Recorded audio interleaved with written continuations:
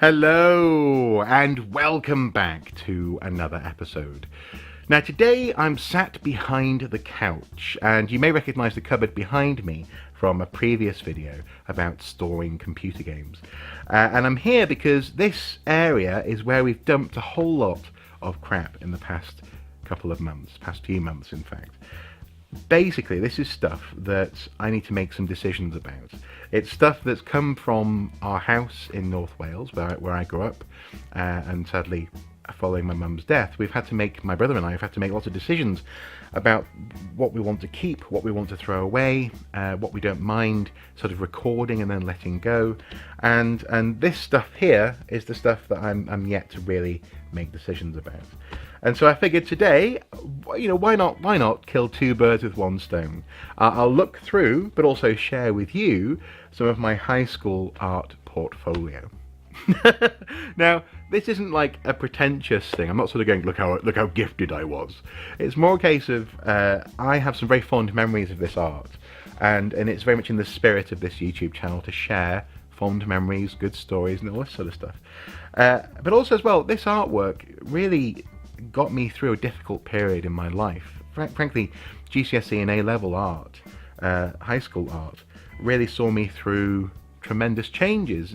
Obviously everyone goes through changes in high school, but I think emotionally and as a personality I was growing much quicker than lots of my friends, especially my male friends, and sometimes I felt completely out of sync with them, and often that led me to think I was the one in the wrong, whereas actually I was just the one who was seeing a slightly broader picture a bit sooner than they were, as it were. And so art helped me deal with that sort of like, what's wrong with me kind of thing, in a sort of helpful way, fairly helpful way, and a fairly healthy way, I think.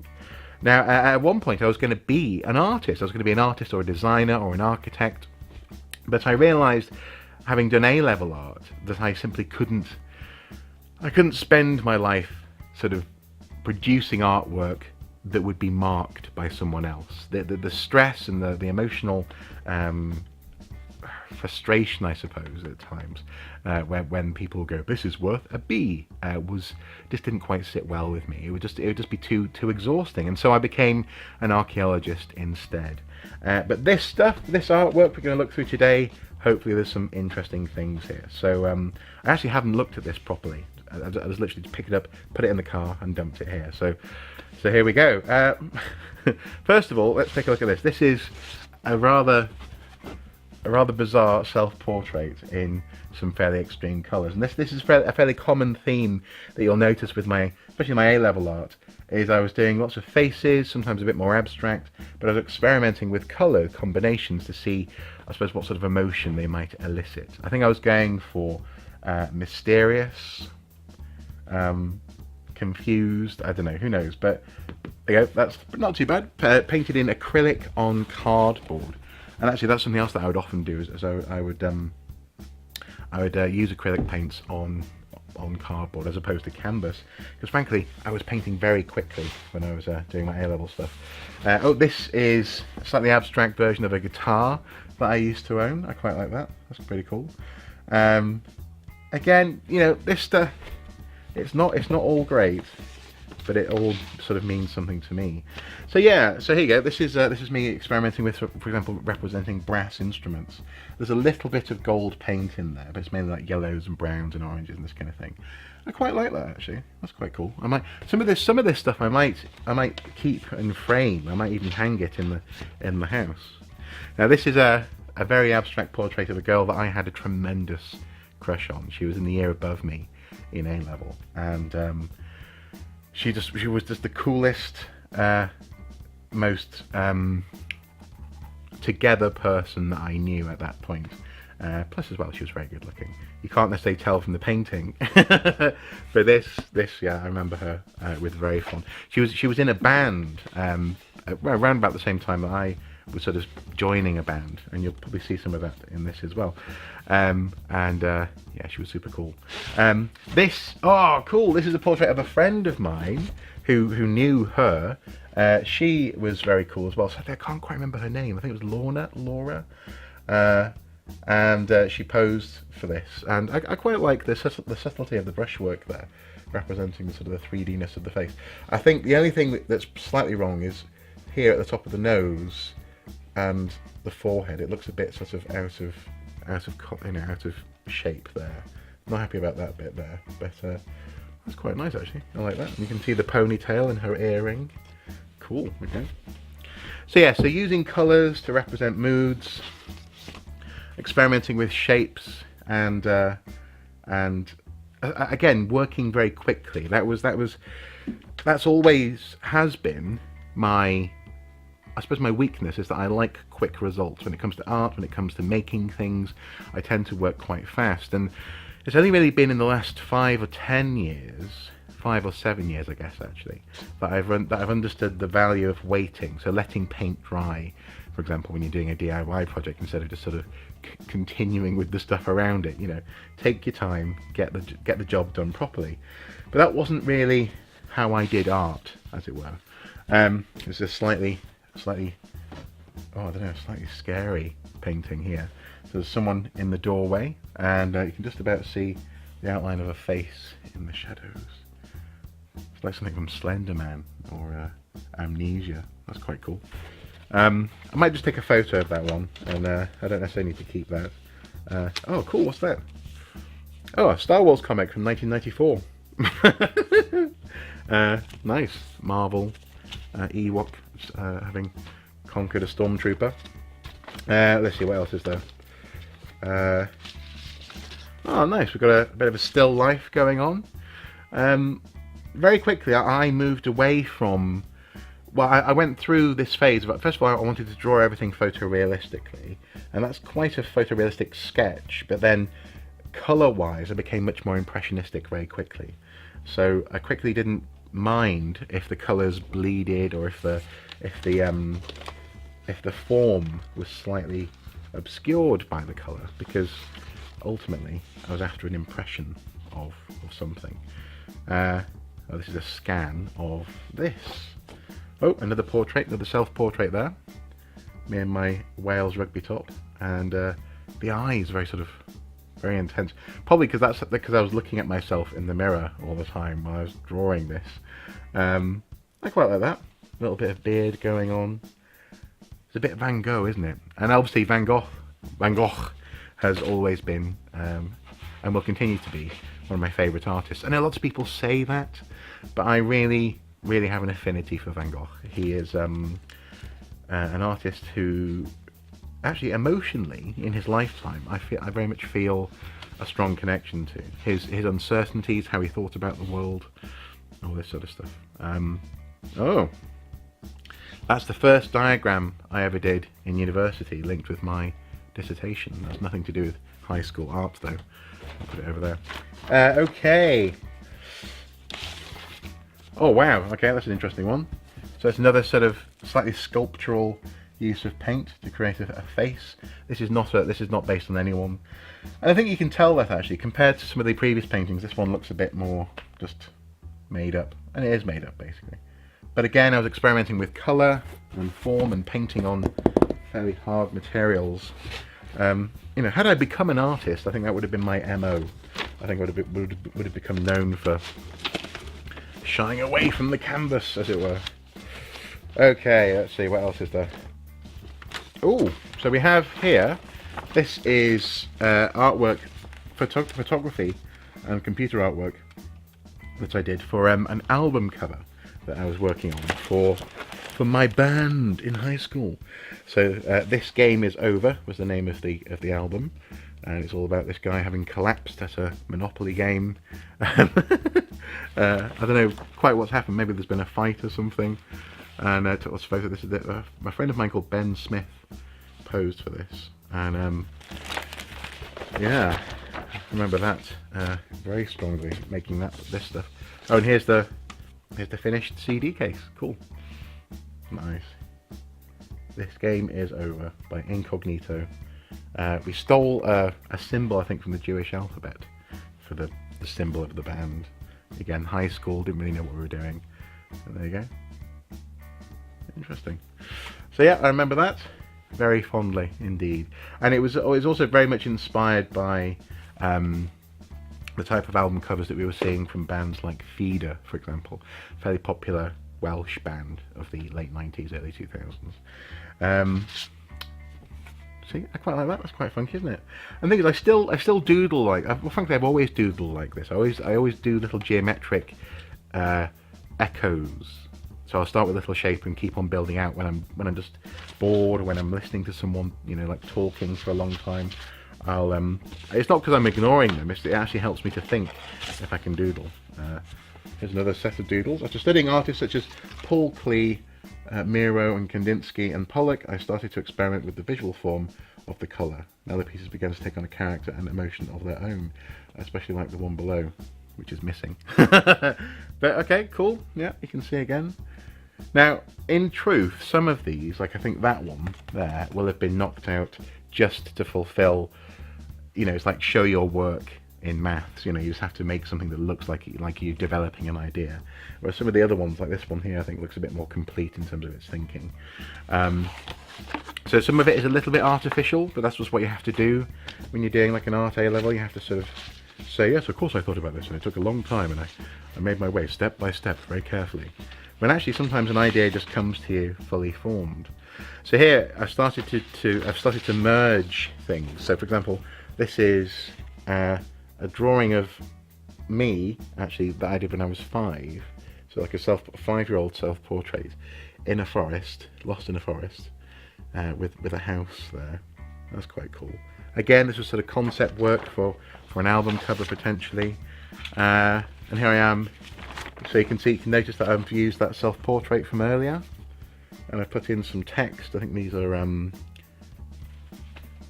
just text that I've chosen, and then just messing about basically with Photoshop. This is early Photoshop sort of stuff that I was doing. Well, frankly, just because I could. It was really exciting actually, working with computers in school, because at that point computers weren't common. A drawing of Harlech Castle from 1996. I would have been 12, I think, years old. That's not too bad. I'm not a big fan of the way I've done the sky, but apart from that, yeah, it's okay. It's passable. So yeah, here we go. More experiments with art. With art. Of course, with art. More experiments with colour and music, basically. I'm trying to figure out how to take concepts such as sounds and soundscapes and represent them in terms of colour and shape, which is quite funky. Now I definitely went through a phase of being quite obsessed with ancient Egypt. You know, I think lots of archaeologists do. So there's lots of sort of photocopies here from books of stuff from ancient Egypt. It's less interesting really from an art perspective. But here's a painting that I did. This is quite cool. It's almost like a concept painting for a computer game. Painting that I did where an explorer's gone into this Egyptian tomb, some people behind him, it's like an idol in the middle. Quite like that. I think I might have to keep this one actually. Yeah, I like that a lot. And that actually that resulted in, I think, a series of sculptures, one of which I might have a photograph of that I'll share with you on screen now. It's not the best sculpture in the world. I kind of look back on it and I'm a little bit sort of, again, it looks a bit naive, I guess, to my grown-up eyes, as it were, but at the time I was just, you know, I was a kid, man. I was creating, and this is a bit more my speed now, sort of like gothic, steampunk, Geiger-esque, I guess, and that resulted in one of my favourite pieces of artwork, which I think I might have a photograph of in here. But these are some of the designs for it. It's basically this skull that I made out of clay with like a robotic jaw, a light bulb on top. Little details like a heart to pump blood into the skull.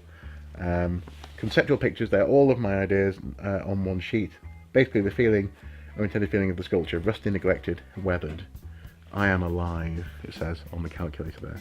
So I was starting to develop textures and colours for a sculpture that, as I say, hopefully, is the photo, is it here?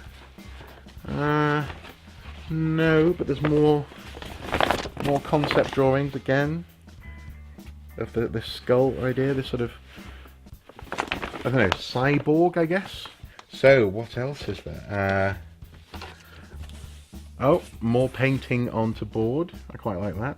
I think I just started out with like a colour swatch, almost like a tartan, and then painted a face over the top of it. That's quite cool. You know, it's something else that I really appreciated about the way that art was handled in my high school, is that you were given a lot of freedom. Oh wow!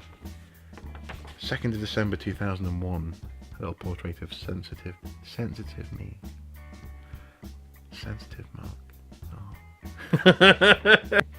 Yeah, I always really appreciated the freedom that we got in my high school to explore our concepts, even if we were sort of going down dead ends. So for example, here I am drawing on some perspex, which I must have got from the design and technology department, and I think I started to paint it with window paint, and it wasn't working.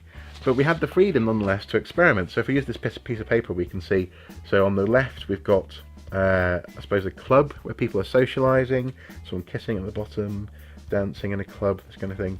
And on the right we've got slightly more sort of Jane Austen style of socialising, people playing cards, you know, gentlemen meeting a lady, all this sort of stuff.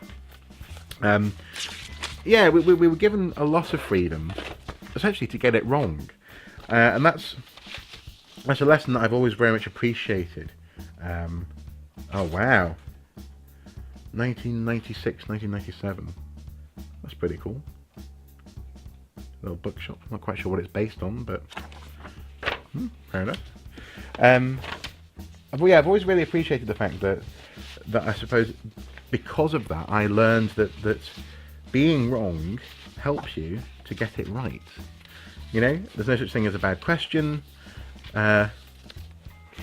It's always worthwhile testing your parameters, and crucially, it's absolutely to your benefit and the benefit of everyone around you if you have thought through your ideas and you're not just you know, hurling concepts at people, or just, you know, just being, I suppose, raw for the sake of it, because that's really what all of this stuff is. It's me exploring, I guess, raw ideas, raw emotions, raw confusion in some cases, and coming up with ways of rationalizing it, ways of representing it that isn't just a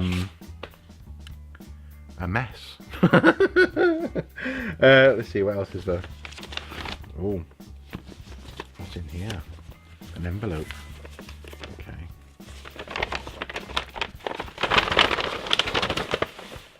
Oh, cool. Ah, that's it. So I showed some of my A-level and foundation work at a local library, and I was joined by Rebecca Whitmore. That was the girl I had a crush on, but she never knew. Well, she probably did know, frankly, let's face it, but she said by then she was at college, I was still in high school, and we were both at Rhuddlan Library. Cool. I'm definitely going to keep that, that's nice. Now here, I think I was interested in solitude, and in the way that solitude can be represented in a slightly sort of horror, you know, castle on a mountain kind of way. You can be alone in a crowd, but also I think I was drawn eventually to the idea of trees as representing a sort of form of solitude. It's like a living thing that's alone, or that lives alone. And of course we have Earth alone in space. And this concept of solitude, I think I started to explore it quite a lot. We had lots of photos of trees going on, lots of other sort of concept explorations, and that resulted in this painting here that is basically, it's the big sky. It's a great big sky. Just fold that out. There we go. Great big sky, and then right at the bottom we have a little tree. There we go. A hint of someone maybe sat beneath the tree. A small fence just there, you can only just about see it. And there's some little grass details. But the mass of this painting is the sky, and then that at the bottom. I quite like that, actually. I quite like that. And you see what I mean? In so much as Solitude is a bit of a cliche teenage, concept for art. But this course and my wonderful teachers, especially Miss Atherton, a wonderful art teacher, really helped me to crystallise those concepts and make them, well, into art, as opposed to, just sort of the art equivalent of whinging, It's pretty cool. More ancient Egypt stuff. This is very much inspired by the Mummy, with the flies coming out of his mouth. Cool. Okay. Let's see. More designs for This Game Is Over, the album cover. Me sort of taking apart my drum kit there. Old guitars and stuff like that. Being photoed from different angles. And see, told you, I was very much inspired by Feeder at the time. Feeder being, again, a fairly good Welsh rock band, which you may or may not have heard of. More album covers, exploration of that stuff. Me drawing my guitar from that. I remember that guitar very fondly. Yeah, cool. Here's some more stuff linked with Solitude. Let's see, there's an early painting of a tree. But I think I wanted the sky to be bigger, you see. Definitely. There we go. There's also too much land on the picture. There should be more sky. I agree with you. Teenage Mark. High school Mark. So this folder here is 2 folders. It's quite a lot of stuff, actually. So this is the folder I was using in A level. Quite like this folder. Notice the Carmageddon advert on the front there. Very funky. A little bit of Quentin Blake. A sheep. Oh, I've always liked sheep. Even though it's a bit of a cliche to be from Wales and like sheep, I've always found them to be cool characters. Obi-Wan Kenobi, episode 1. Just some, Okay, so that's basically 2 pieces of card with lots of pictures on it. That was my A-level art folder. And then this is what I used through GCSE and then into A-level. This was my art folder. And this one I remember very fondly. It's got an Alien Trilogy advert for PlayStation, which actually is a game that I picked up not that long ago. I really should give it another go sometime soon. Psycho Pinball. Now you may recall, today I was possibly going to be making a video about Psycho Pinball as one of my favourite pinball games, but here's an advert for it on the Mega Drive. I love that I've still got this advert. This folder, I'm definitely going to keep this folder. Warhammer on the front, the middle, lots of stickers and things. On the back, some Shania Twain, because, well, at that point I very much liked the look of Shania Twain in high school. Everything I learned, every time I learn something new, it pushes some old stuff out of my brain, says Homer Simpson. And on the inside, what else have we got? We've got more Shania, and then some strange choices like vegetable-based research. I think I've no idea where on earth I got this stuff from. I think I just found it interesting. But obviously Shania was there because I definitely found her interesting. And there we go. Cool. Artwork from high school. So hopefully you've enjoyed this little excursion into my art past. I've certainly had some fun looking through this artwork. Lots of just crammed with fond memories and nostalgia, without a doubt. And next time we will do a Let's Play of Psycho Pinball. That's absolutely on my to-do list. But frankly, this morning, my lovely wife asked if I could just find some time to start looking through this stuff. So I figured, why not? Why not share it with you guys? And yeah, I quite like the Psycho Pinball connection that we made. So, Psycho Pinball was in the video. Anyway guys, as ever, until next time, do take care. Bye bye.